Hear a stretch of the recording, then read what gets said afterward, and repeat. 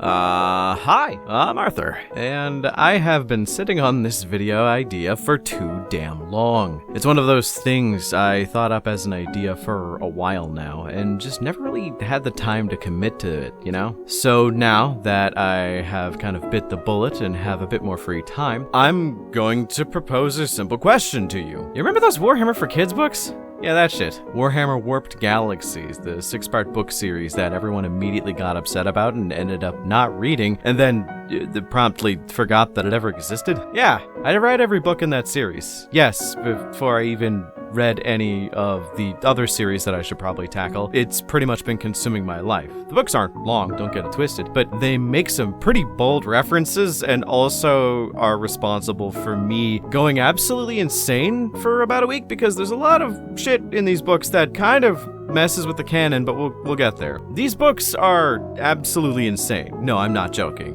And no, I'm not overhyping things. There is shit that happens in this book that is so legit crazy, I cannot help but feel like these books are slept on. Now, I'm not a bastion of quality here, like I'm not going to say that they are secretly some of the greatest books you've ever heard, but I do think that they cover some ground that a lot of people didn't expect them to. I'll give my summation of how I felt about the books at the end, but we are going to go book by book in this video and break down the plot of every single one so you can understand the story, the flow of the books, and how it possibly has some of the weirdest repercussions I've ever read about in a 40k novel series that most people honestly don't take seriously. Before we do, I gotta cover a few basics. So for one, I use legally procured copies of a digital version of this book for reference, but my main reading experience was through the audiobooks, which are relatively cheap and narrated by David Tennant, which is really funny because if you look into who the writer is, it's Cavan Scott, which, full disclosure, I didn't know who that was until I finished the series, and then I started to do even more research into it.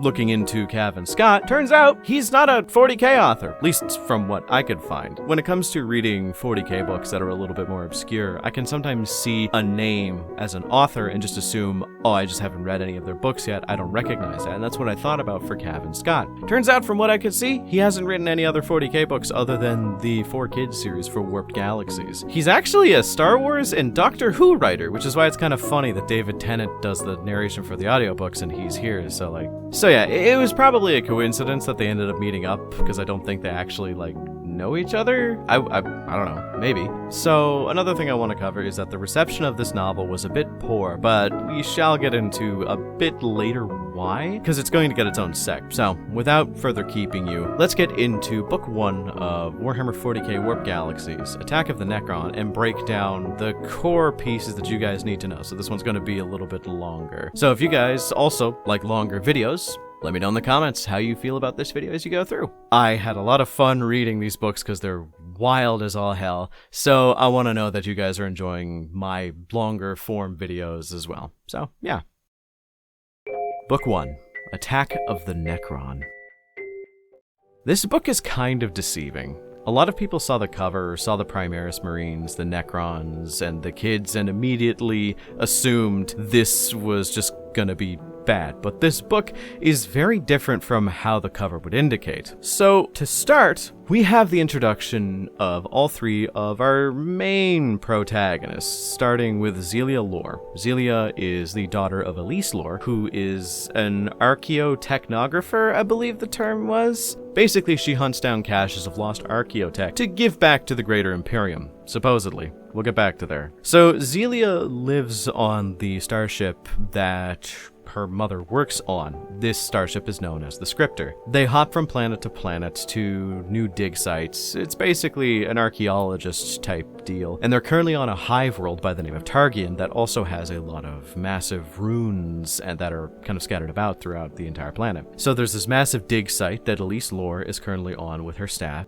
You get that that's the setting? Cool, so that's where we're starting. Zelia is on her home ship and is awoken by some ganger children from the nearby sub-hives breaking into her ship to steal shit, obviously. So she goes to find them and is almost attacked when she is saved by a mixture of a release of drones known as servo sprites. No, I don't know what those are, as this is the only book they are mentioned in. I checked, there's no other citations for what a servo sprite is. Servo sprites are probably a stand-in for servo skulls. This early in the series, I guess they just didn't want to discuss something that dark, you know, that they wouldn't want to get that dark in the first book of a children's book series, right? Foreshadowing is a narrative So the other thing that helps is one of the gangers kind of convinces the others that the ship isn't really worth it and there's just a bunch of junk on here, so they convince them to leave back to the gang hive that they were living in. So the ganger kid that did this, feign that, is our second protagonist, which is Talon Stormweaver, which is the most not sci-fi name I have ever heard in my goddamn life. I'm pretty sure that's an NPC in World of Warcraft somewhere, but I digress. He is the son of a guardsman who fled his home so he wouldn't become a guardsman himself. He's actually like a child deserter, which basically means he can never go back home, and it's really touched upon throughout the series that even if he wants to go back, he knows that deserters are never treated well, and he'll probably be, you know, executed, so he chooses not to go back and decides to live in the sewers with a bunch of other gang children. So that's kind of cool. And speaking of gang children, he ends up going back into the sewers of the local Targian hive, where his gang is currently holed up. He gets into this kind of weird political struggle where the big buff kid, who's the second in command of the gang, is trying to bully the living shit out of him for being a coward, and he challenges him to a fight in front of the gang leader. And Talon's such a good fighter, he ends up beating the kid, but due to that kid cheating, he wins, and yada yada yada. It's kind of tropey up to this point, and it wasn't really catching my attention, but that's going to really shift. The idea of a child gang in 40k is kind of a... Yeah, that shit wouldn't really fly in Necromunda. I don't think that would fly in any hive world that had gang activity, but I digress. So let's just extend our suspension of disbelief just a little bit further so that we can get through the introductions of all the characters. The third protagonist was the one in control of the servo sprites and allegedly their creators, a Martian child by the name of Meki. Now, Meki, I think, is actually a very interesting character off the bat because I was tricked. I was actually lied to. This book subverts your expectations pretty damn hard at times. So what am I talking about? Well, this book is trying to trick you into thinking that it's a dumbed down, very much brightened up version of Warhammer. The best example is actually Meki. You look at Meki and see that he is obviously based off of one of the core tenets of the Imperium, the Martian cult, and you see that, he doesn't have a cybernetic arm, he has a weak arm that has a cybernetic brace around it, and your immediate thought process would be, they just don't want to scare off little kids who are watching this and say that, he's gonna lop off his arm and he gets a robot arm. So, he has a robot brace. It's close enough, right? You'd think that. Yeah, you'd think that. Foreshadowing isn't. Just know that Meki is a Martian boy who, for some reason, is on the ship we find out is the name, the Scripter. Also, I just want to say that it's kind of a shitty pun that the Martian kid's name is Meki. But regardless, Meki is cold and like every Martian you could ever imagine. Zelia and Meki notice some oddities on the planet begin to happen, and they want to go get in contact with Zelia's mom to alert her that the ship was raided by gangers that were kind of young. And this is when you kind of realize that Meki and Zelia never really interacted because one is cold and the other one is kind of like emotional. It makes sense. Switching back to Talon as the other two leave, the hulking brute child calls Talon a coward. It's pretty cool. They end up having some kind of disruption that happens as well that was noticed from the scripter. This disruption ends up making the entire gang like super nervous as they believe that it's the drain pipes being turned on, which if the drain pipes are turned on, their entire base of operations is going to be flooded, which from what I've heard is a bad thing. So Talon and the brute child are sent off to go do their own thing. I can't remember the brute child's name. If I find it while I'm editing this video, I will put it up on screen right here. Cool. And they end up leaving. So cut back to Meki and Zelia. They end up meeting up with Elise Lore, who is currently at a dig site near Targian, and they are digging around what looks like ancient alien ruins to find random artifacts of ancient technology. And you meet some of the companions of Elise. So you meet Erasmus, who is kind of a secondary character that's very important for the next two books. And that's about it. You know, Elise is kind of important because Zelia is very fond of her mother, and you get the kind of hint that Elise does not have a husband and Zelia does not have a father. They don't go in depth about this much in the book, but again, we'll touch upon this later. There's a brief conversation with them, and then presto changeo, the Necrons invade. Whoopsie poopsie, everyone's dead. So the Necrons show up, start blasting the living shit out of Targian, and almost decimate the entire planet before the Space Marines drop. This is where I think the cover of the book definitely lies to everyone. The Space Marines are in this book for less than 5 minutes. They show up, tell Meki and Zelia and Erasmus to leave, and that's about it. So from there, Elise is separated from her child, Meki and Erasmus, as she tells Erasmus to take them to the spaceport while Elise is going to try and get back to the scripter. They'll meet up afterwards once everything is safe. Smaller targets, you know how it goes. There's a bit more to it than that, but that's basically how it works. Talon is in the middle of one of Targian's biggest hives as it's being invaded by Necrons. As he's trying to leave the tunnels that his gang lives in, he is confronted by a bunch of Necron warriors. Now, this is where the book does the biggest subversion of my expectations going into it, which is the deciding factor about me making this actual video. And that is, the Necron raises a Gauss blaster as it's just a regular old Necron warrior, points at Talon, and fires. It fires and it hits the brute boy that accidentally ended up in front of Talon and just kills him. Just turns him into atoms. They don't go too in depth about it, but they're like, no, that kid got absolutely murdered by a Necron, blasted into atoms. There's a green flash and oh, he's gone. But yeah, no, that's incredibly dark for a children's book. They end up kind of converging, the two groups of Talon, who ends up at the spaceport, Erasmus, who is guiding the two children to the spaceport to find a ship off-world so that they can end up meeting up with the scripter again. Zelia recognizes Talon after they meet up on a ship somewhere, because Talon ends up getting on somehow through assisting an old man to get on. They end up meeting each other, and some way, shape, or form, Talon ends up getting with Zelia, Meki, and Erasmus, as they are very much kind of in a similar state where they're kind of orphaned. This is another one of those subversive moments that you see the planet they were on, Targian, the planet that was kind of the setting of the initial part of the book, or at least the first 3 quarters, just get exploded. It's just destroyed by Necron doomsday weapons, which is insane. And there's genuinely a moment where Talon recognizes that his entire family, his entire gang, his friends, and everybody he's ever known is now dead because they lived on Targian. I am sitting there and only one sentence creeps into my head, and that is 9 to 12 years of age, my dick and balls, bro.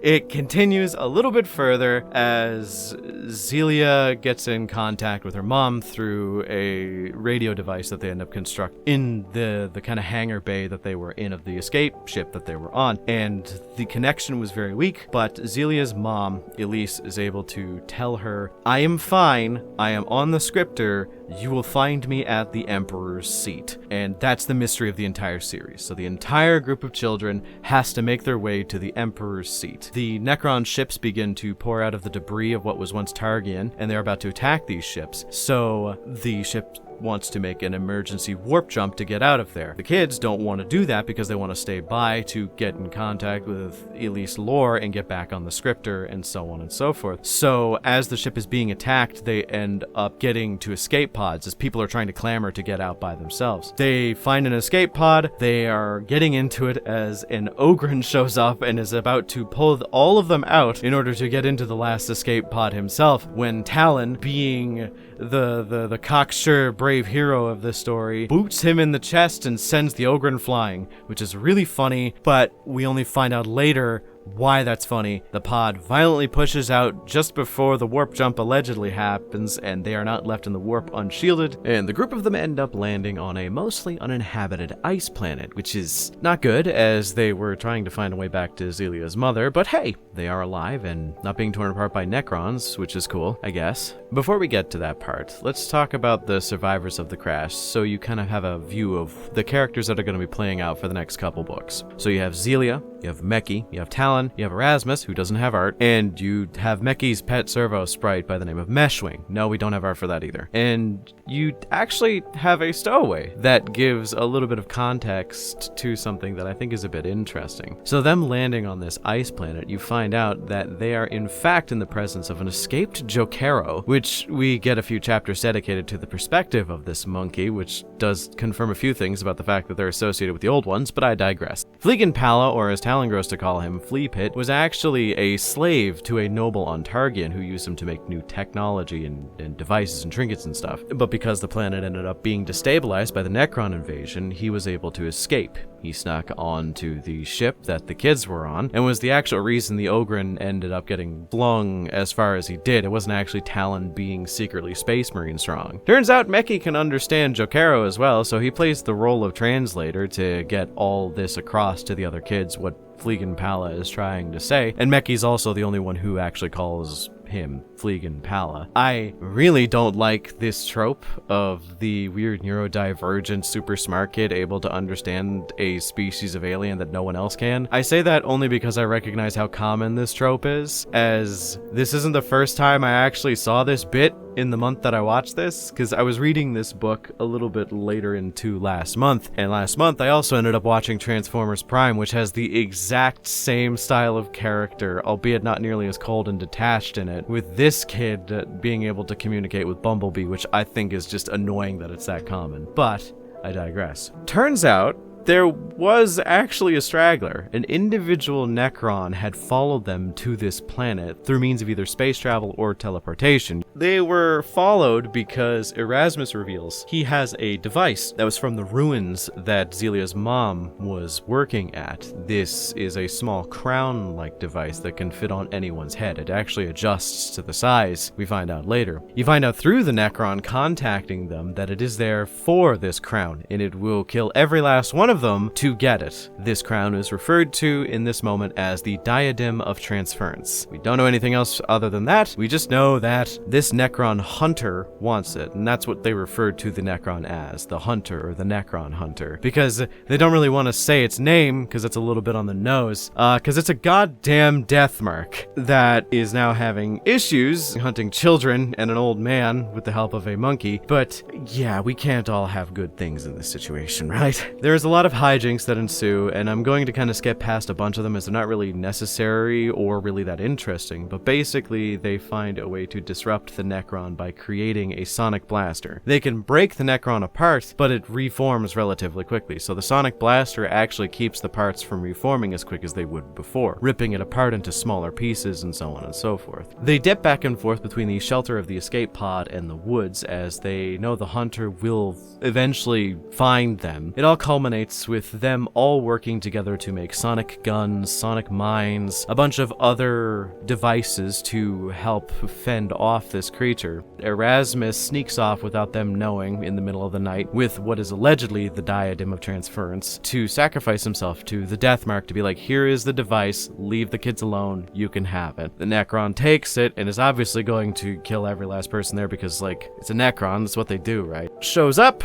has a bag in his hand. Erasmus is at the top of a massive snowy mountain, which was the meeting spot. The death mark shows up, and you find out that the diadem is not in his possession. It's actually in the possession of Fleegan Pala, as he has a little micro-dimension backpack on his back that he stores a lot of technology in. He opens up the pack that he has to reveal that Erasmus did not take the diadem. He took a bunch of sonic mines and activates them all at once, causing an avalanche, killing himself in the process, but also burying the Necron, so that even if it does reform, it'll be stuck under snow, which is really funny if you know that, death marks can teleport. But hey, that's only going to come into play, like, later. Like, a lot later. It does come into play, but it comes into play, like, book 6, that's it. So, that's how the first book ends. Book 1 had a pretty fast pace, just for how short it was, and that kind of continues off and on until the series is over. It dips in and out, and I'll bring it up when it's actually disconcerting, but I will say that this book would have paid for being 2 books, but I get that they had a limited run because they weren't sure if this was going to succeed, especially because a lot of people were basically saying, yeah, this isn't going to succeed. So, yeah, I'll let you know how it feels as I'm reading, and you guys can agree with me or not. A lot of this is coming from memory in my notes, as I've read the book twice, but a while ago, just so you know. So I don't think that this book dumbed down things too much, but it does dumb down a lot of things. Like a Jokero is not going to overpower an Ogren. A Necron Deathmark is going to be able to obliterate an entire pack of guardsmen, let alone a small group of children. I don't find it that insulting, because I do have this thing called suspension of disbelief, but I'm not a Necron player, so I don't think I have a reason to be upset. That being said, I know those guys don't run Deathmarks anyway. They usually just stack Doomstalkers, so, you know. Book 2 then? Book 2, Claws of the Genestealer.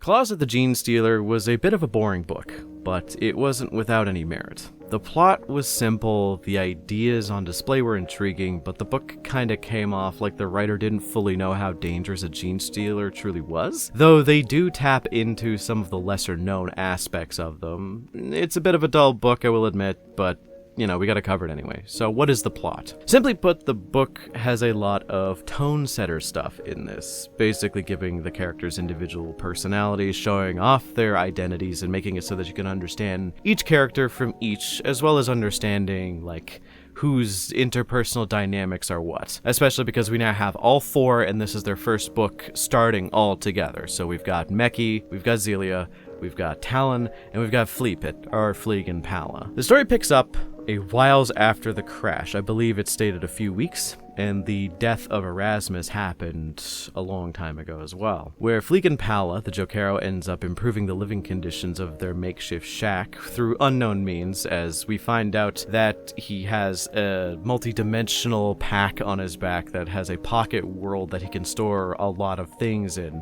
but we don't know where he's getting all of this stuff. Keep an eye on this comes up later. He has his own little shack as well, where he tends to sleep the night, as he doesn't like any of the kids aside from, like, Meki. There are custom sonic force fields that scare away any dangerous life forms or animals that would be on the planet. So they have those set up around the force field of the escape pod shack they have set up. Alongside that, they have a beacon that is sending out a signal to get anybody in to help them through any means necessary. And one last thing I forgot to mention in the last book, it's kind of important but kind of not. It's an integral part of the character's design, but Zelia has this telescope thing she calls the Omniscope. It was a device created by or recovered by her mom, and her mom's voice is used on it, sort of like an AI database to give her information. Anything she looks at, it can give her like a, oh, this is a Grox, or this is an Amble, something like that, right? It doesn't come up as much as you'd think. It's kind of not even acknowledged after book 3, so there's that, but just thought it was worth mentioning in case I bring it up later and forget to. That being said, they also have walkie-talkies that they distribute between each other, just small voxes that they can speak so that they can, you know, stay in contact if they're ever separated, which is going to happen. And speaking of, Talon is off hunting weird local life forms that resemble pigs in order to bring home some kind of food, as their supplies are kind of dying down a little bit. He ends up going tits up pretty quick, falling through a hole, almost dying, and finding a massive cave network where he alerts everybody that he's fallen, and he wants people to come find him because he doesn't know where he is. In this cave, there's a bunch of animalistic, like, scratch marks all across the walls, which makes you kind of think that this is where the Genestealer in question lives, and it kind of subverts your expectations here in kind of a fun way, because it's not a Genestealer. It's kind of worse, actually, because it turns out to be a rare snowy amble nest, which is not good. If you don't know what an amble is, it's kind of just like a mini-boss in some games. It's pretty cool. Noticing that the amble in question has a bunch of ding dents and a bunch of broken chitin across it, you realize that it's like been fighting something that can break through its armor, which is good foreshadowing. No, I'm not going to use that bit again. I don't want it to get stale that quickly. Zelia and Meki end up discovering Talon, getting him back to safety, though not before something interesting seems to have discovered them. See, something catches the eyes of Meki, and he suddenly feels very warm, like he is completely safe, and begins to walk deep into the currently raging snowstorm that is happening on the planet, only to be dragged back into the shelter and shaken out of it, as he realizes he was being mind-controlled, which is a fun fact. Genestealers do have have some light mind control abilities that work on weaker-willed individuals.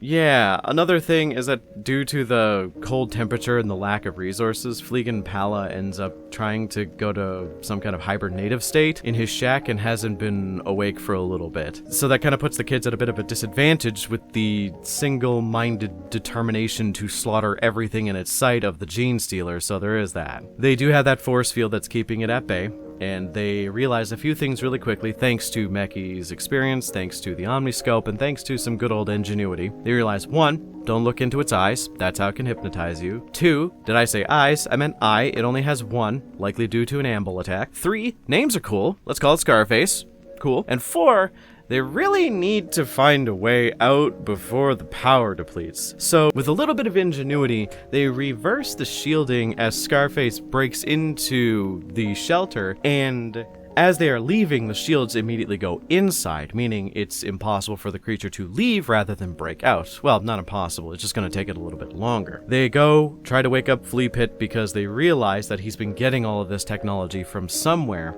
and they need to find out where. Meki ends up interfacing with the cybernetics on Flea Pit's body to find out that he has some ancient-ass memories, and this is where the old ones are brought up for a second. Like, that's not the most significant thing you could say at any given moment. It's just another can of worms we can't really talk about yet. There is a quick screaming match with the monkey. As it turns out, he was keeping a secret of an abandoned ship that is somewhere off in the distance, a couple miles off, that he was taking parts off so he could turn it into technology. So Flea Pit confesses the location. They go to it. One thing leads to another, and they find their way to the ship, while Scarface is kept at bay with sonic guns that they have constructed for self-defense purposes, because you can't have anything too lethal in a kid's book, right? There is kind of a pun here, or some kind of joke here, as they're using sonic guns, sonic mines, and the narrator is David Tennant. You get it? I think it's funny. Okay, so they find a frozen spaceship that the kids, with the help of a orangutan alien, pry open the front door to it, get in, slam it shut just before Scarface can break in, and Flea Pit begins to fall into a hibernative state again, so they have to drag him to some place where it's a bit warmer, so he'll likely wake up. They split up as they think they are safe. Talon ends up trying to go find some kind of food supplies, some dry rations in this massive ancient Imperial Navy ship that had crash landed here. And the others go off to go find the engine quarters and try and find a way to turn the ship back on, because maybe it's their way off the planet, of course. Thinking that they are safe, which if you know how Genestealers work, this wouldn't be much of a surprise because they had to get to this planet somehow. Talon runs into Scarface again, finding out that he had a way in that was relatively quick and easy.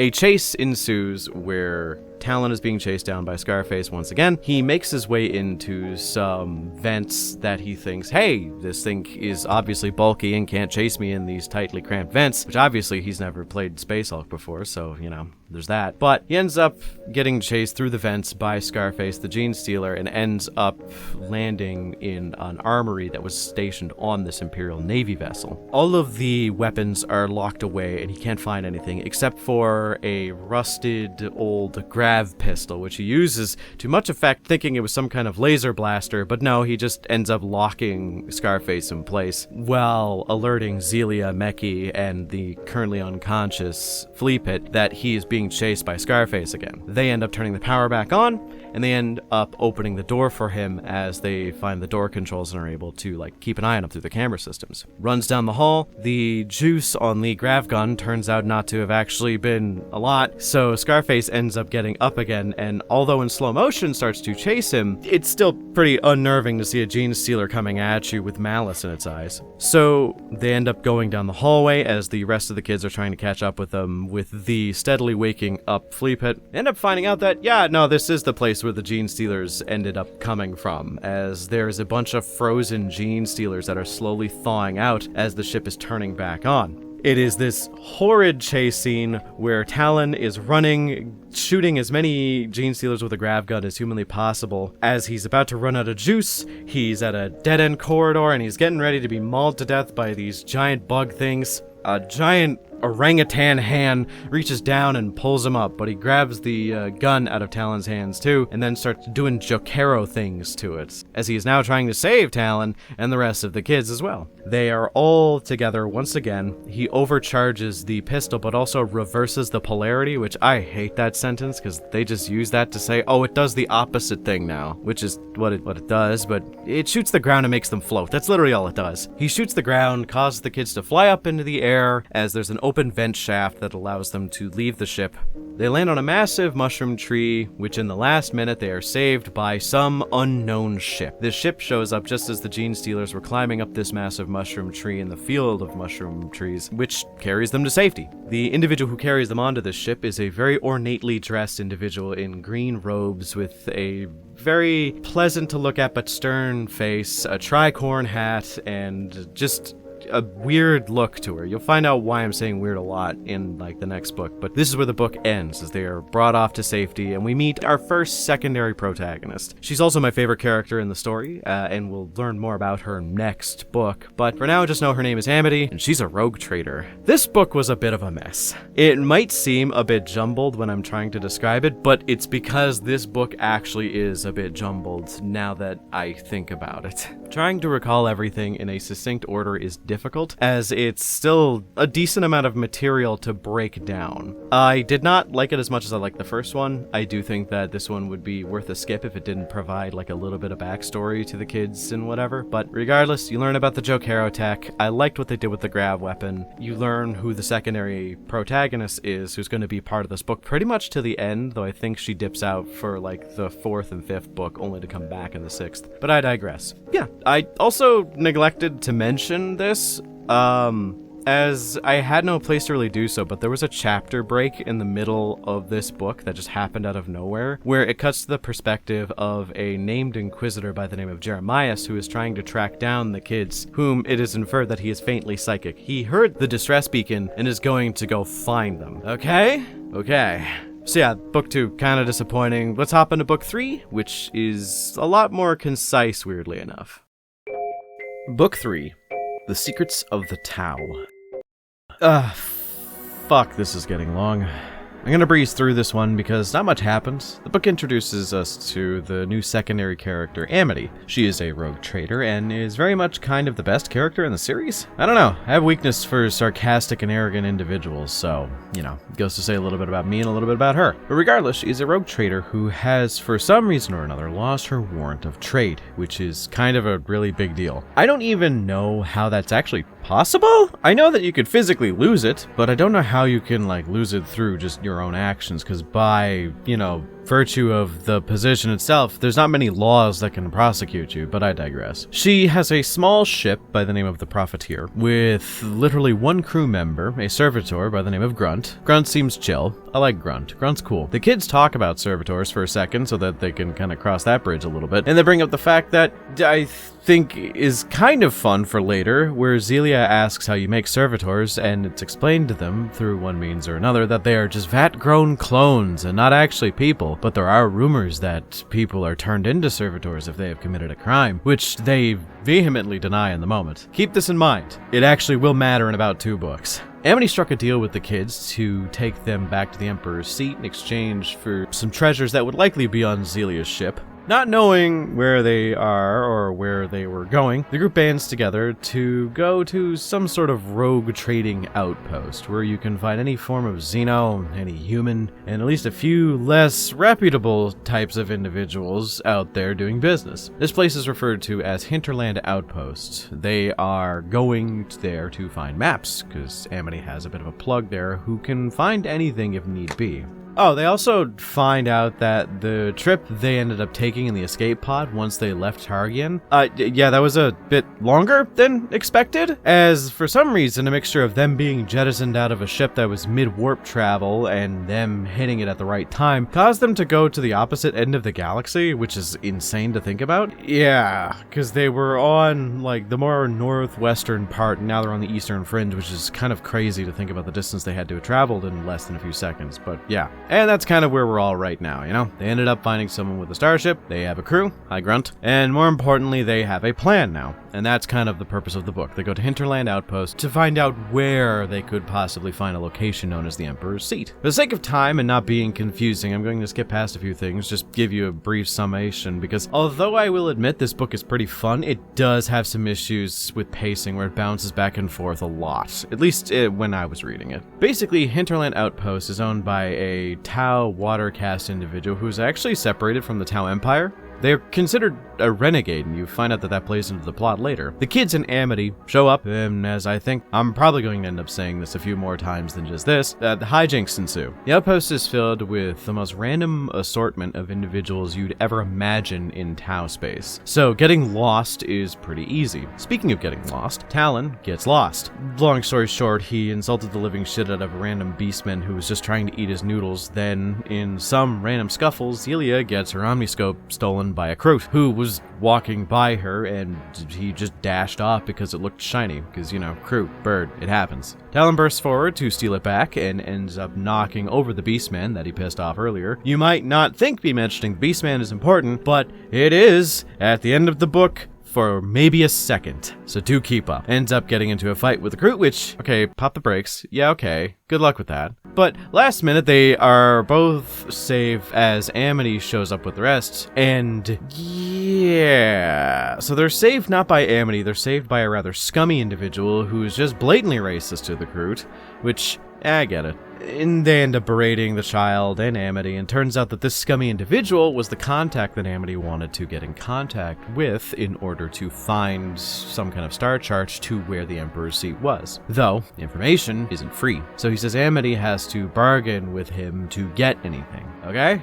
So, I know my story recall abilities aren't the best. I hope you're at least having an interesting time. That being said, the next third of the book is so annoyingly convoluted, I just wanted to make a quick aside to let you know. This book is good. It's better than book 2, but this section was particularly frustrating as it ended like a wet fart. It ended the exact way that you'd expect it to. Basically, this contact, Scumbag McGee here, wants the Joe Caro to sell off as a pet to the highest bidder, as that's his main business. And Amity, allegedly, goes through it with Talon on her side. See, Amity is taking a shine to Talon in the last few weeks of travel, because, I don't know, he's got moxie, I guess. But it turns out it was all just a ruse. They weren't actually going to sell Flea Pit, they were just going to break him out afterwards, and so on. When they showed up to go break him out, Zelia and Meki were trying to do the same thing, because Talon and Amity just decided not to tell them, I guess, which I hate that kind of plot, but whatever. They don't get the monkey back because the man already had sold it off to the owner of Hinterland Outpost. A few more things happen. The man gets eaten by a kraken. Talon gets the information they need to find the Emperor's Seat, and they find a few locations, but we'll cut back to that later. And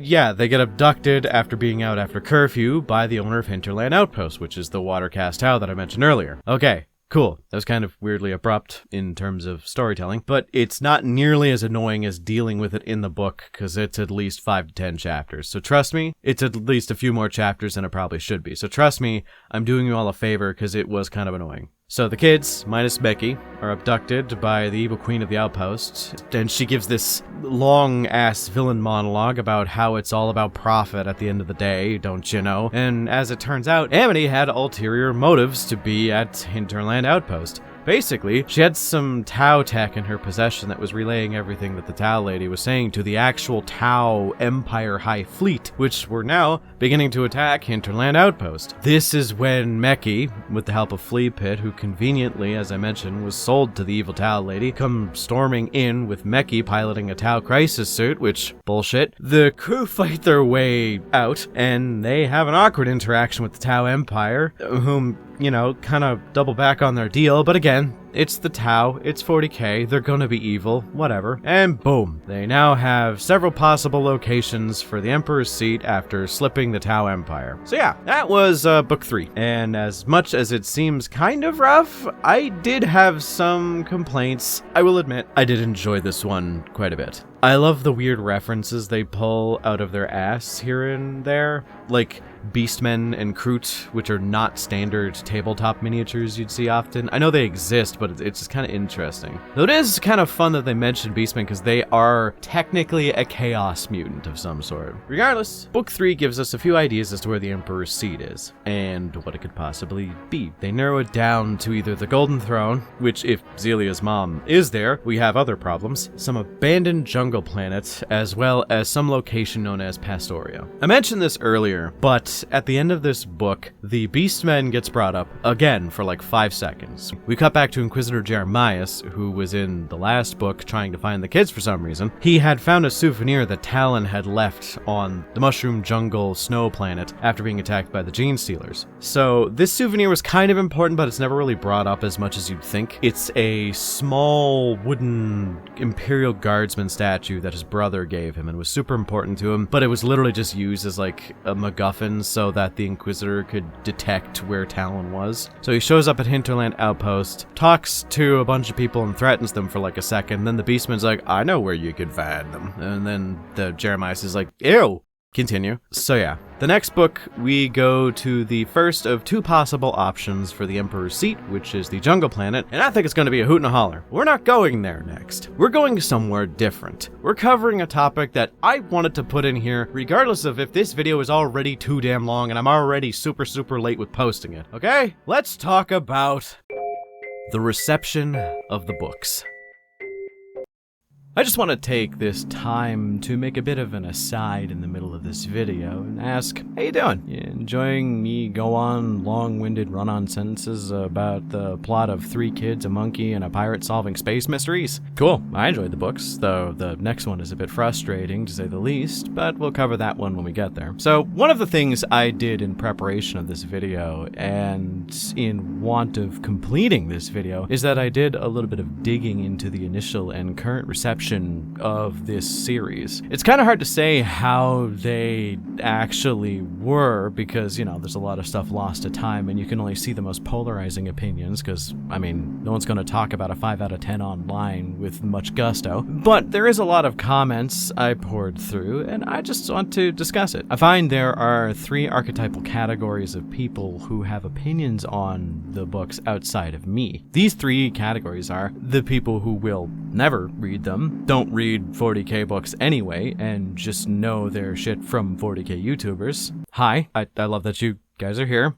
No shade at you guys. You have a problem though. The people who read the lore but are, the type to say it's so over whenever there is any changes to the setting that they don't like. And then there are the types who actually read the book. Now, I'm not going to say there aren't subcategories and this is an all-encompassing set of individuals, but I do want to say that the majority of people tend to fall into that category. So let's sort of break it down and start with the first one that I mentioned. I think the ones that don't read the 40k books, don't engage in the lore, and instead just engage in the 40k memes on, say, Reddit or YouTube and watch, you know, lore YouTube videos, they tend to have the most extreme opinions, and honestly, I think they are the ones who do the most harm to the books in general. Again, it's no shade against them, as they're just uneducated about certain things, but there are still some times that people will call me out on knowledge that I just factually know, and they will say it with their full chest like they know the exact answer. A good example of this is I made a video about the size of the Emperor. I am a big fan of that chapter, and one of the biggest things is that in the most recent iteration of their lore, you find out what the Pharos device is on Sotha, you know, that kind of important plot point in the Horus Heresy, you know, Barbus to Antioch, that kind of thing. And I mentioned that it's been confirmed that it is a Necron piece of technology, and something that kind of always piques my curiosity is that someone in the comments legit said that there's no way that it was a Necron device, and I'm just pulling this out of my ass. I'm not upset by this in the slightest. I'm more curious about it than anything, because that's just factually incorrect. I don't know how else to put it. In Belisarius' Call, The Great Work, that's just a major plot point that it was a Necron piece of technology. Hell, there's a Catan shard that is embedded in it that's powering it, that talks about his metal jailers. I still think it's very interesting that this type of individual can examine things at face value and take the words of people that they find online over everyone else. I fully encourage scrutiny above all else. I don't even think people should take me all that seriously. I am not the remembrancer. I don't get everything right. Hell, I get most things wrong to some degree, so I want everybody to fact check me. I just think I'm funny, and that's why people should watch my videos. I don't think they should watch me as like a concrete lore thing. I just like to think that I can condense ideas down to their simplest form and put them out there. So why did I go on that long-ass soliloquy? That's because these are the types of individuals you see making the comments about the book the most, about how it's going to fall out of line with what 40k is as a setting, about how the setting doesn't make sense, the characters don't make sense, when they've only just read like breakdowns on like the wikis and Reddit and so on and so forth. And I've talked to a few of these individuals. I tend to have like a bunch of ghost accounts on several different forums and, you know, like Daka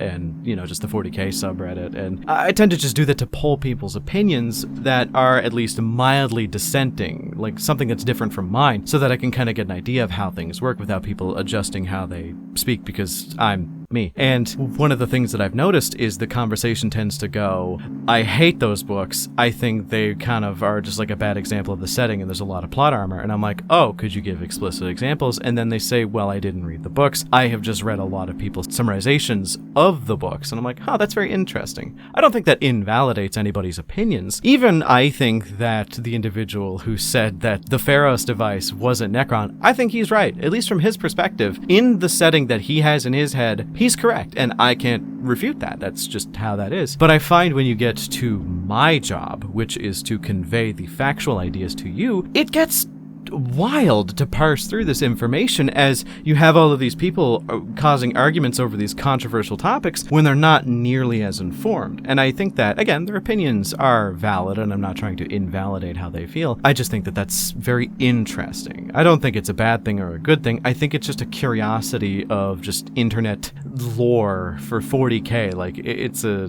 thing that's existed on a continuum. So I think that those individuals don't know what they're talking about. But again, you're not going to convince them to read the book, so it doesn't really matter too much. The next individuals that I mentioned kind of are in that same vein of existing on that continuum of 40k. These are the old heads, the individuals who have been a part of this fandom for so long that any changes that come to 40k, they tend to immediately become extremely opposed to it. They are people who have read all the lore and they believe that 40k should be a set way. So these individuals tend to be opposed to the Primaris Marines and so on and so forth. And I'm not discrediting those individuals either. If you don't think the Primaris Marines look good, I get it. Like, I think the clean look of them doesn't really fit, but the Primaris Marines are kind of the emblematic look of what was included in the Warhammer for Kids book, so you can kind of figure out what the opinion is. I think that there is a point to be made that at the time that these books were being released, GW was doing a lot of moves that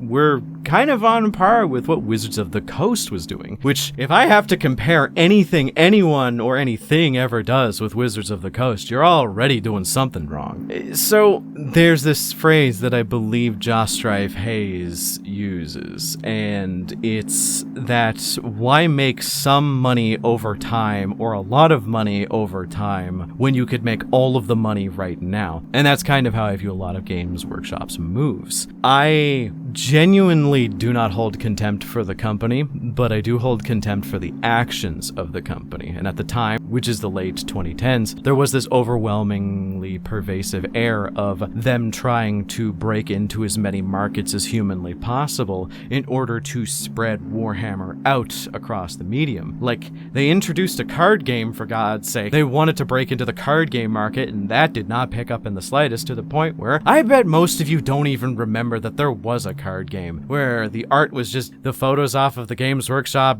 shop page of the miniatures. Yeah, that exists. That's actually real. It just did not pick up because people didn't like it, as they have every right to not like it. It was just obviously a cash grab. So a lot of people had a very cynical look at this specific book, as it felt like they were trying to break into a market that made no sense and they were drifting away from the core fan base. So these individuals, and I'm not trying to blanket term them, I hate when people do that, but these individuals of this category that I'm talking about think that the kitification of Warhammer is ruining the grimdark elements. And to some degree, I agree that kidification isn't ruining the grimdark. I think that it's ruining the overall purchasability and aspects of the setting that I like, but I think that there is not as much of a point to be made that these kids' books are the reason why 40k is going downhill and it's going to destroy itself and it's all about the Primaris, buy the miniatures. I firmly disagree with that, but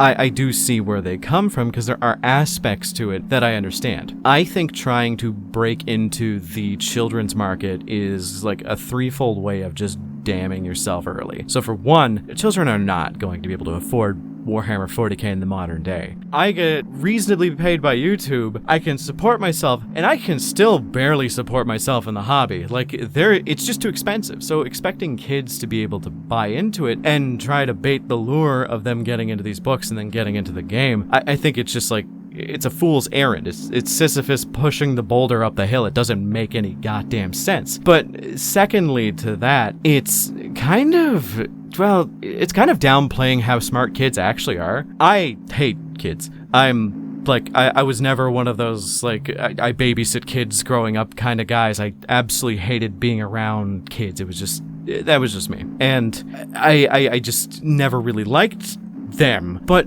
one thing that I've always noticed is that kids are always a lot smarter than people give them credit. So assuming that they're not going to be able to handle the entirety of a setting that is meant for adults is just asinine. Like, I'm gonna go out on a limb here and say that this book series is somehow darker than some of the actual 40k books that are out there. I'm going through the Dawn of Fire series because it's the first series to actually include Leagues of Votan at the end of it, once I finish the series. But the first book that I read is soft as puppy toes, dude. Like, it's just not nearly as dark as people think. So thinking that kids can't handle dark subject material, and I'm not saying like below 10 years old, I'm saying like a 14-year-old isn't going to be interested in it. I think that's just asinine. That being said, my last point about this is that the thing that made this book dead on arrival for this specific type of person is definitely the fact that they saw that it was destroying the fan base, so they wouldn't even try. So no matter what you say, they're not going to like that specific book. No matter what you say, they're not going to like that specific series, you understand? Then we have the last ones, which I think are the funniest, and that is the people who actually read the book series. Not just the first book, but the entire book series. As every time I've seen someone who's read those books, the exact response to the question of, oh hey, have you read these books? Yes. Oh, what did you think of them? Is always a unanimous, they were okay. And that's kind of how I see it. They're not amazing. They're pretty good. They got some wacky stuff going on in them, but that's kind of what I've noticed, that the people who haven't read the books are the ones that have the most vocal opinions about the series as a whole. I don't think that discredits the opinion, as I've been saying throughout the entirety of this, because a reason for not reading is as valid as a reason for reading. But I think that that was the reason why the book series ended after 6 books, and you're going to find out later, when I get to like book 6, that it feels very rushed towards the end because they knew that they were not succeeding. They had a bunch of campaigns online to spread advertising for this, and the advertising again was just dead on arrival, as they were just covering something that no one cared about, and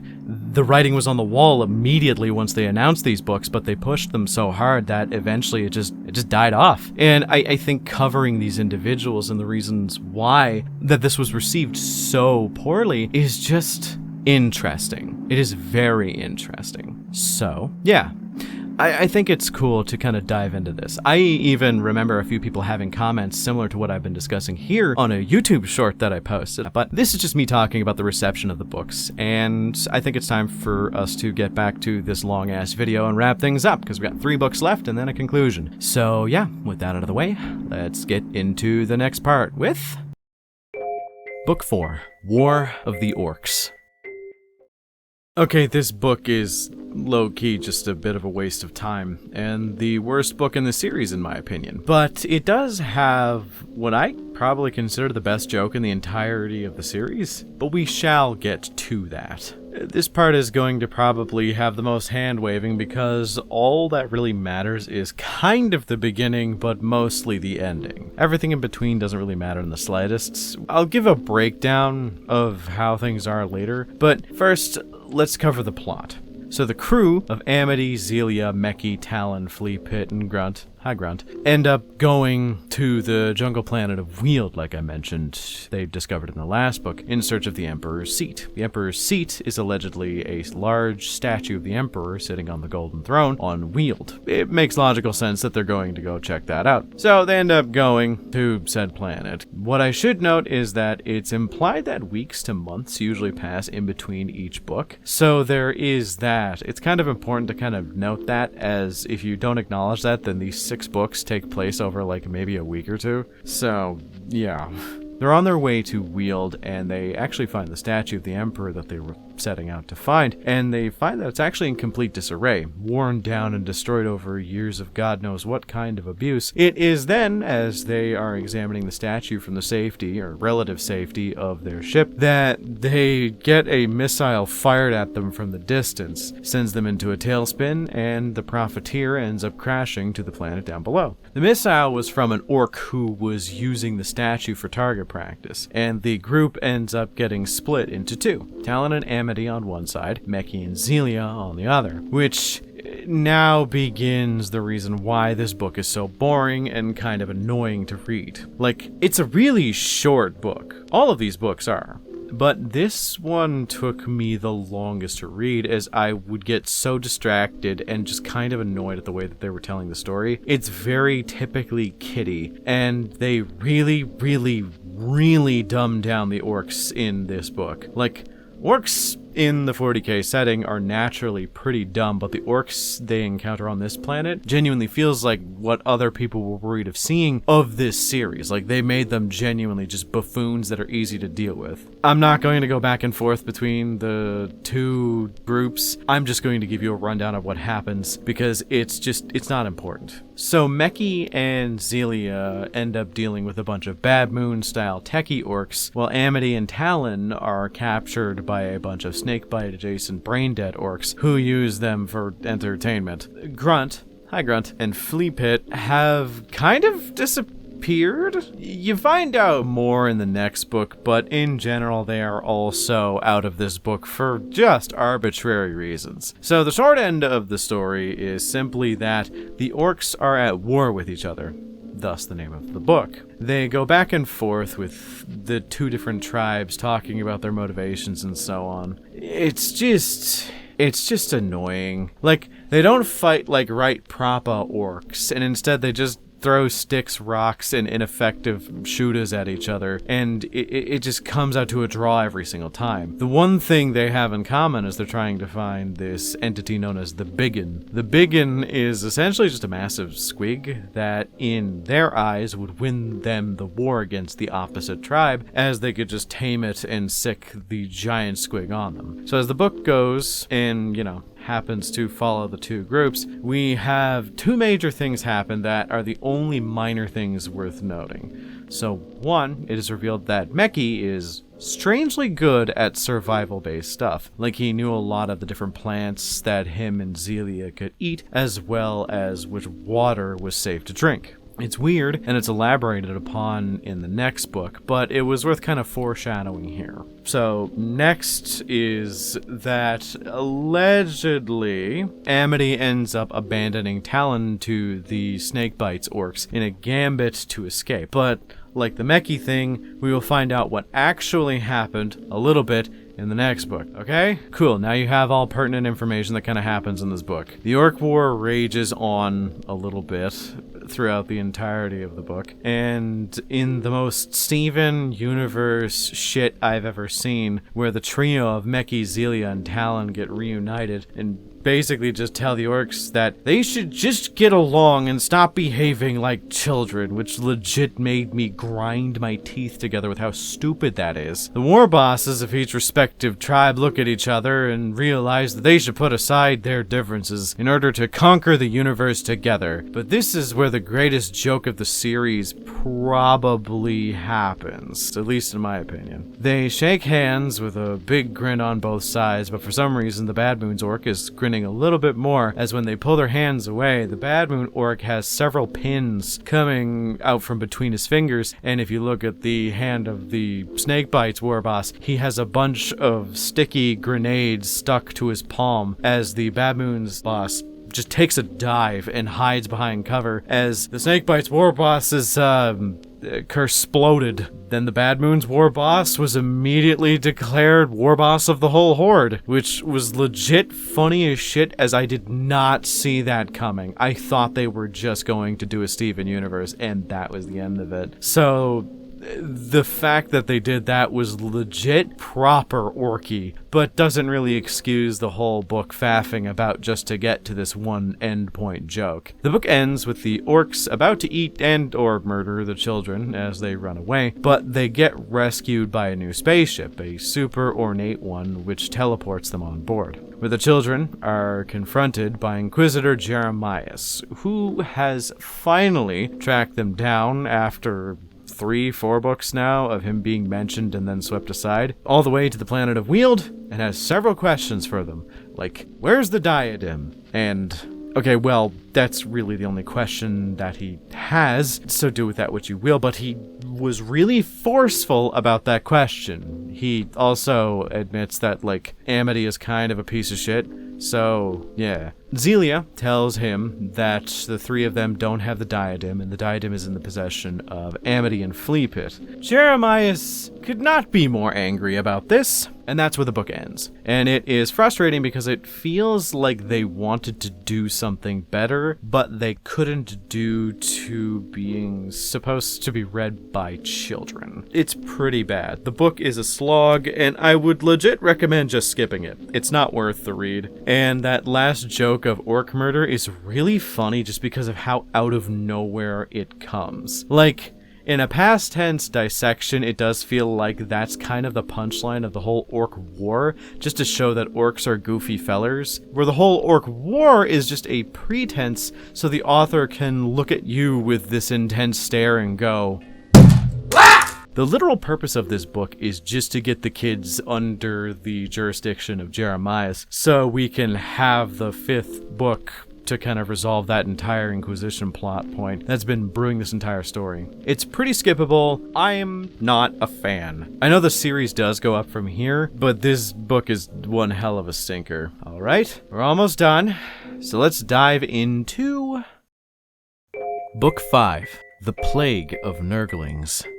This book is kind of cool. I like it a lot, actually, and it's hard to put into place exactly why, though you could probably piece it together in some vague sense after me describing it. It probably has something to do with me adoring Nurgle. I love Inquisition shenanigans, and I love wacky subterfuge horror stuff. This book is kind of horror adjacent, and it makes me enjoy the aesthetic of it all the more. After book 4, I was kind of downtrodden that they would downplay the absolute terror that is the weird Nurgling plague that exists from reading the book title. But no, turns out they don't. They just omit the descriptions of people popping into gooey piles and shit. So let's get into the plot, as there is a lot of stuff that goes on in this book, and this might be one of the longer parts that we go through next to book 6, and a lot of it is pretty dense. I'll get into why a little bit towards the end of this part, but I'll give my entire breakdown in the conclusion of this video. As a quick recap, the 3 kids were separated from Amity, Fleapit, and Grunt, by Grunt, and were captured by Inquisitor of the Ordo Xenos Jeremiah, an individual with a weird half-mask on his face who seems to be weirdly interested in the Diadem of Transference, which I should remind you, we don't know what it does at this point, and we're going to find out in this book. It gets kinda wacky, I will admit. The crew is told that Harleen Amity,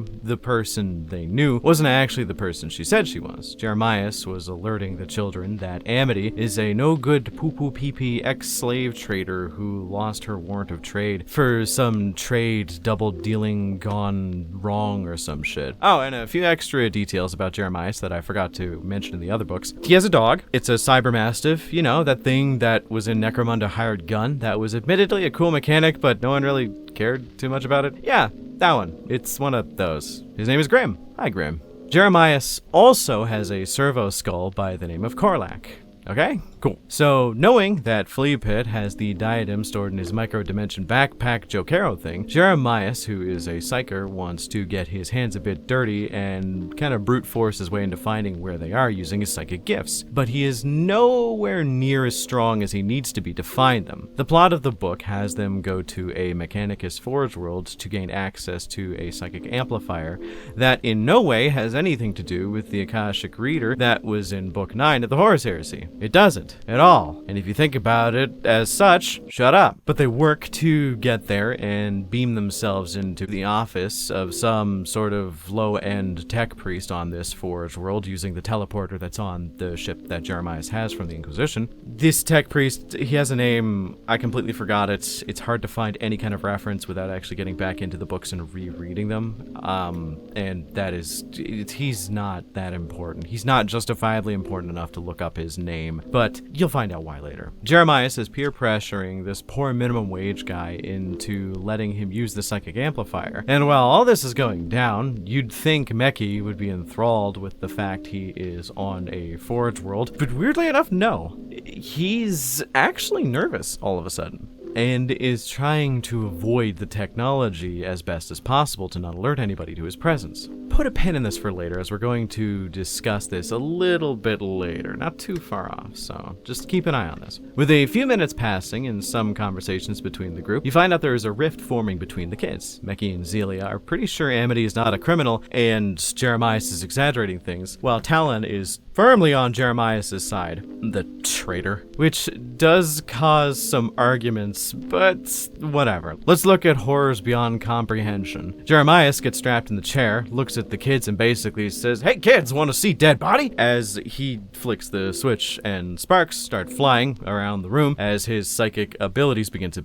amplify, as you know, it's a psychic amplifier. Something goes wrong as the image of a pus-covered, incredibly infected individual lights up the wall, taking the place of Jeremias' shadow. For those who know the lore at all, that's just a great unclean one. The children are getting the psychic backlash of being in the vicinity of the image of a great unclean one, and it's actually a pretty decently portrayed aspect of body horror where Zelia, Talon, and Meki begin to beg Jeremias to stop the procedure as the pain of it is becoming too intense. They describe it as they feel like their brains are about to explode out of their skull. As Jeremias is also soon about to die, there is an emergency stop of the machine, which causes the kids to collectively sigh in relief. Then, quickly forgetting they saw some abomination from underneath Asmongold's bed, Jeremias is upset, but he does realize he was about to die, so he kinda understands the reason. And he also says that they should take a quick break, and they should try off again. Or so you'd think they'd start again. Yeah, the Tech Inquisition of the planet are here, and they are throwing around some pretty interesting accusations. See, the lead Inquisitor, some lady whose name, again, doesn't matter, says that Jeremias is actually harboring a heretic, like someone who goes against the foundations of the Mechanicus. And lo and behold, we find out that it's Meki. Turns out Meki has an incredibly dark backstory, and we find out a bit of it here and a bit of it in a few minutes. So the first part we find out is that Meki was born on Mars, a true-born Martian, where we find out that his parents were part of a separatist cult of tech priests, and this shit gets a little bit more wild than you'd expect, because apparently they did something that was really bad. We don't get the full reveal as Jeremias hand waves it with his inquisitorial power, but yeah. Zelia and Meki are sent off as they are annoying Jeremias, and Talon is asked to stay and assist him since he is still pretty weak from the first procedure. Meki and Zelia sneak away from the room they were put into to kind of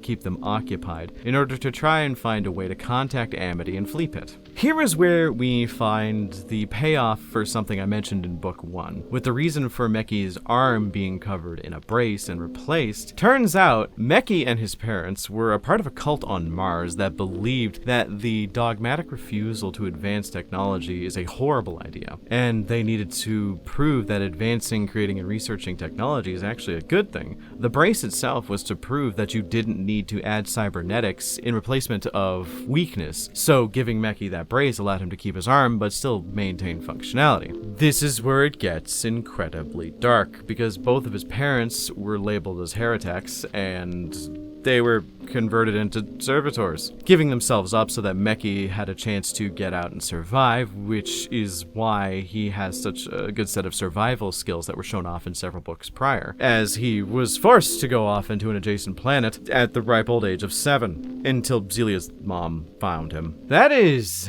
You know what? Anyone who says that these books are a bit too lighthearted did not get this far, because that is one of the darker plot twists in 40k I've ever seen, hands down. So Zelia coping with that level of existential dread that Meki's parents are lobotomite slaves works with Meki to find a speeder and get off the planet while also sending off a brief message to Amity. Meanwhile, Jeremias and Talon are just having a time. The machine for the psychic amplification fails, breaking down, and Whoopsie Poopsie, the tech priest who was helping them, whom I completely neglected to give his name, is now infected with some kind of disease that turns out to be the Nurgling plague, and he turns into a rancid plague zombie. Something went through the data in the connection ports of the psychic amplifier that infected the majority of the planets, and you only find out later that things are a little wacky. So, further whoopsie, Jeremias is unconscious, but not for long, as Talon, Korlak, and Grim, hi Grim, end up getting Jeremias free. Grim, the dog, sacrifices himself in order to sort of fend off that zombie that's in the room. Bye, Grim. Jeremias comes to from his stupor, being too weak from the psychic amplification, so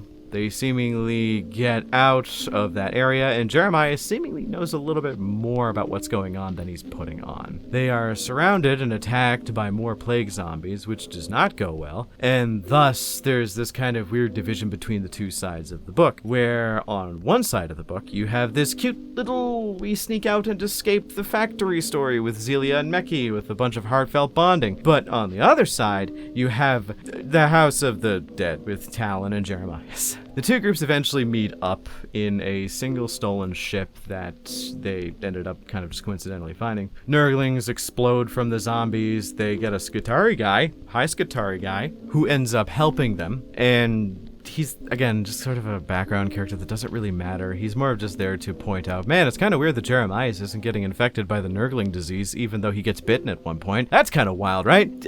Okay, to be fair, Jeremias does hand wave it that he is 1, a Psyker, 2, an Inquisitor, and 3, shut up. So, you know, just standard inquisitorial practice. Even Skitarii Brian is kind of weirded out by it. But I digress. Using the stolen ship the two groups acquired, they leave into the deserts of the Forge World, only to find out some pretty horrendous shit. Like, for one, as I mentioned, the entire planet has been overwhelmed by this disease that's being spread through the data connection ports, to the point where they find a Nurgle-corrupted Castellan robot, which, if you know anything about Castellan robots, that's horrible. That's terrible. That's not something you want to find. The Castellan robot ends up firing on the ship, bringing it down, which sends into an area that is absolutely swarmed with the zombies that begin to, you know, as their namesake would imply, swarm the ship that they were stealing to get off the planet. Generally speaking, I thought they would be dead or something weird would happen, but in the distance, they were saved by 3 radiant figures that I deadass thought would have been unnamed Space Marines to reintroduce that concept into the setting, but no, it's actually Amity, Flea Pit piloting a Tau Crisis suit, which is kind of badass, and Grunt. Hi, Grunt. They fight their way through the zombies to some kind of safety. Meki, Zelia, Talon, Jeremias, and even Korlak the Servo Skull are now safe because of Amity, Grunt, and Flea Pit. This is where things get a little wackier, as the two groups have a momentary truce because Jeremias absolutely despises Amity for some reason, but he knows she has the diadem. They fight their way back to the psychic amplification room because Jeremias has a plan to use the diadem, which up to this point we all think is a super weapon, to destroy all the infection on the planet. They let him have the device, and it is super, super bad idea. We all know it's a bad idea, but the story has to progress somehow, so yeah. They hand the diadem over to Jeremias, and this is where things get a bit tits up, as you'd expect. As in a swift motion, Jeremias orders the Skitarii Brian to hold Amity, Zelia, and Meki at gunpoint, locking them in the other room, but explaining his plan to Talon, which everybody ends up hearing, so there's no breakdown of communication, so everybody knows what's going on. So, yeah, we find out that the diadem is not actually a weapon. It is actually a piece of exceedingly exceedingly rare Necron tech that can transfer the consciousness and soul of one entity into the body of another. See, Jeremias reveals that the source of the infection is, him. He was infected by the Nurgling plague a couple decades back and has ran out of treatment options outside of transferring his soul into a new body. So, in duty to the Emperor and wanting to serve for longer, he tried to track down the diadem in order to transfer it into someone else, and so on and so forth. Also, hi Talon, you're an incredibly able-bodied and resilient young individual. Here, put this funny hat on. The crown splits into two. He places one on him and one on Talon. Removing his mask to reveal that underneath the left side of his face, there is just blisters, pustules, and swollen marks that are getting worse and worse without the mask keeping them at bay because it was some kind of psychic anti-disease thing that was only working slightly. So, Talon struggles, but the soul transference process begins as they're cutting back and forth between the three that are being held at gunpoint and Talon struggling to not get his mind put into the body of a steadily decaying individual. The Skitarii warrior, on the other side, Brian, hi Brian, which ends up getting overpowered by 3 children and a severely injured Amity, which is bullshit, but okay. They struggle to make their way into the room, having overheard everything that Jeremias had said to Talon, and they rush in to find they are in fact too late. There's a pile of swelling flesh of buboes and blisters in one chair, and Talon standing with an overly straight back in front of the other. It seems Talon is now dying a slow, agonizing death in the body of Jeremias, and Jeremias is now in the body of Talon. Talon, now Jeremias, orders Korlak to teleport them back to the Zealot's Heart, which is the name of his ship, so recognizing that this is his new master's body, he does so, bringing Zelia and the others alongside him. They land on the ship, get everybody else with them, getting Fleepit back as well. And as all hope seems lost, threatening to send Zelia and everybody else to a prison planet, Talon shoots the living shit out of Korlak. Maybe I'm just dumb, but I legit did not see this coming. I thought they were just going to reverse the soul transference process, and he wasn't actually going to be possessed. But turns out he was just pretending, and pretending really, really well, for what it's worth. Turns out that the crown that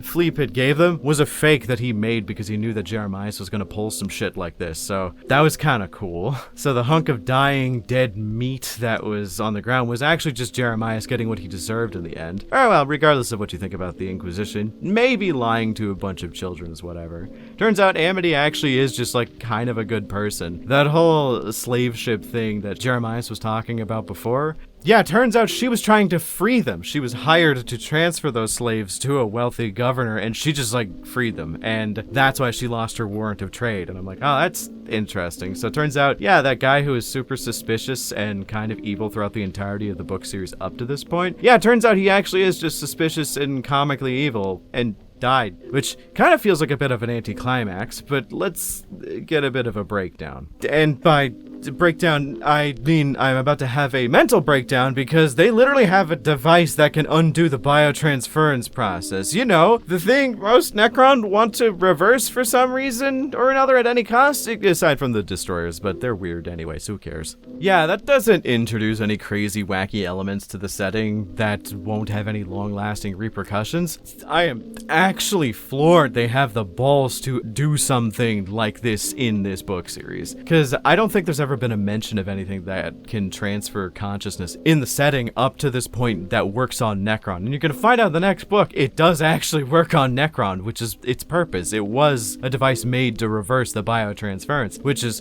insane to think that, of all things, the kids' book has that. So, there is that.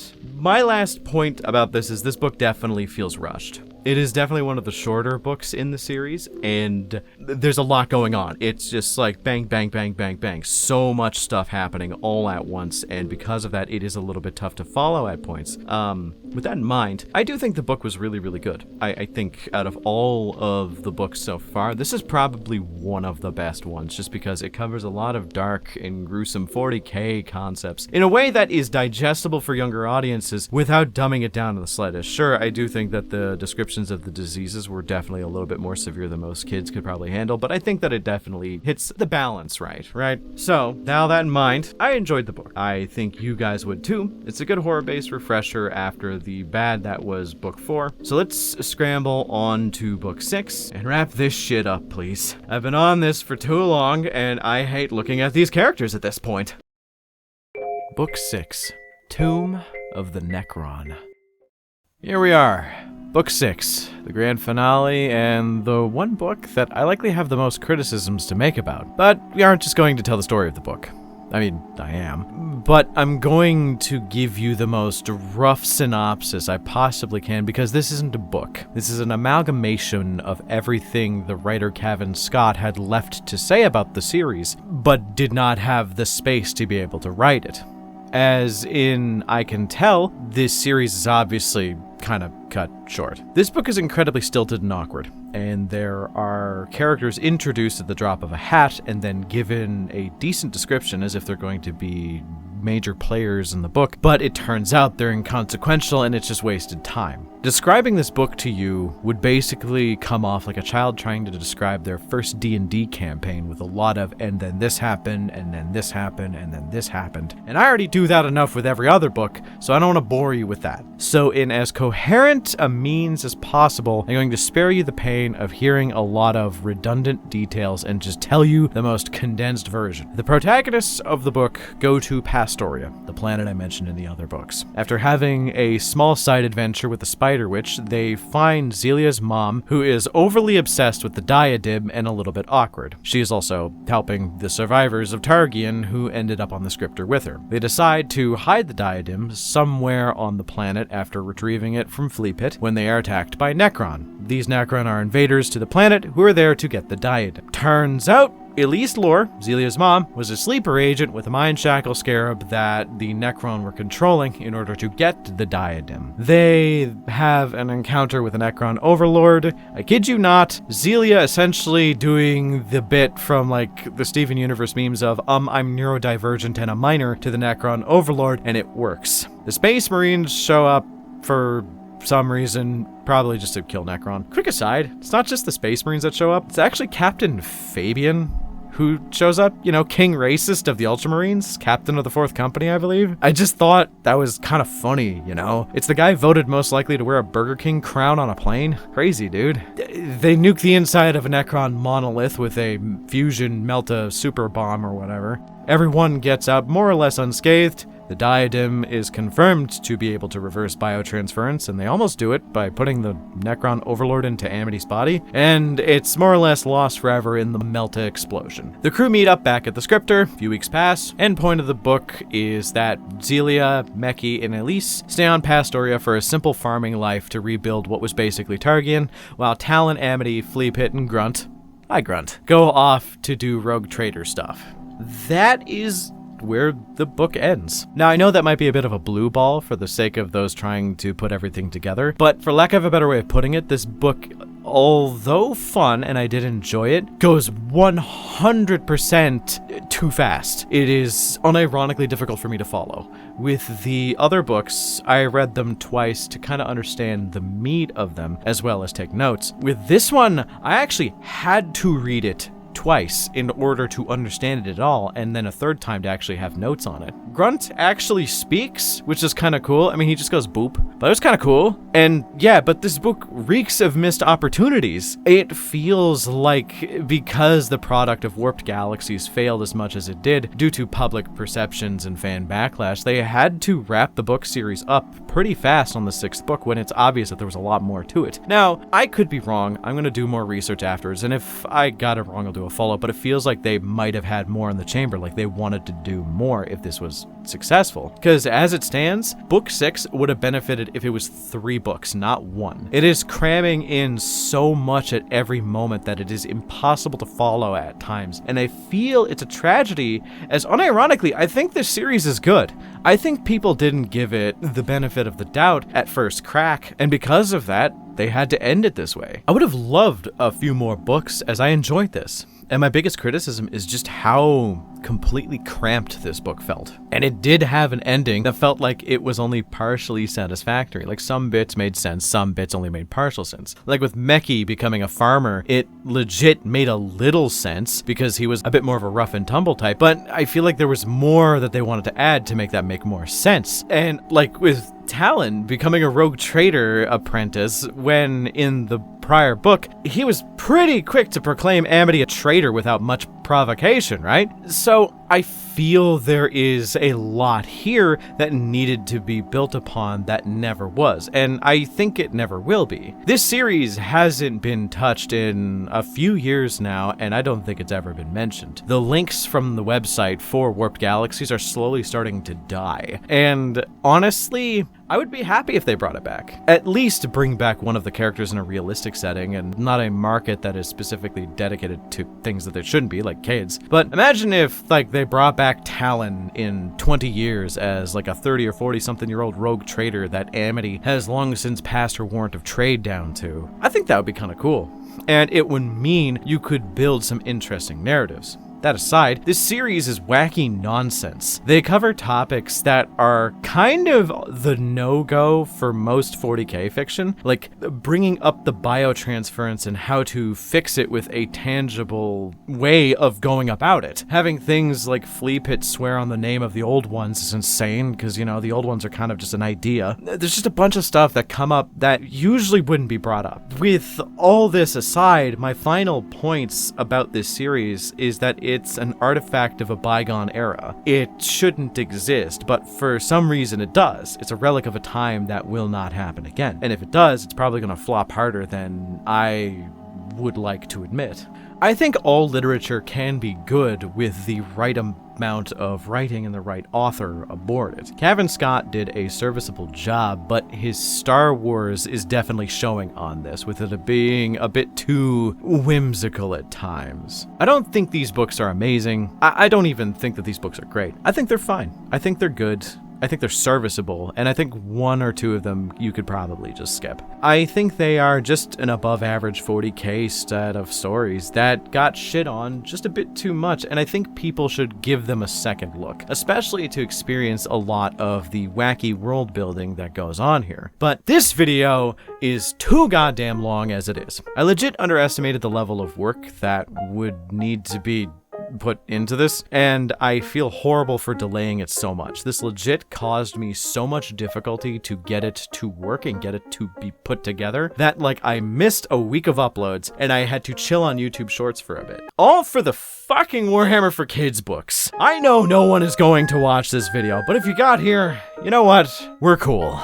And I think you're cool for getting here. And if you got here, type "you're cool" in the comments, and I'll know you're one of the 1% who actually watched this far. Before I get into the wacky end screen stuff, I just want to shout out Alignment Inc. I used some of their art in my Lamenters video last week, and I just think they're an underappreciated artist, and I kind of want to start shouting out more artists in all of my videos, you know? Pay it forward to people that without their help, I wouldn't be able to make these videos. Aside from that, remember to like and subscribe, especially for the level of suffering I had to go through for this video. Special thanks to my channel members for supporting me, and if you would like to support me, as well as keep me from becoming a sobbing mess at the end, then become a channel member today. Thank you all for getting this far, and before I go, I didn't even mention that at the end of each of these books, there's actually a glossary giving information about 40k lore just for basics. I even learned some stuff from that too. Like, did you know that Skitarii is actually the plural? Yeah, I didn't know that. It turns out like a singular member of them is called a Skitarius, which I don't know if it's canon, but they said it in this book, and this is a 40k book, so like it counts, I guess.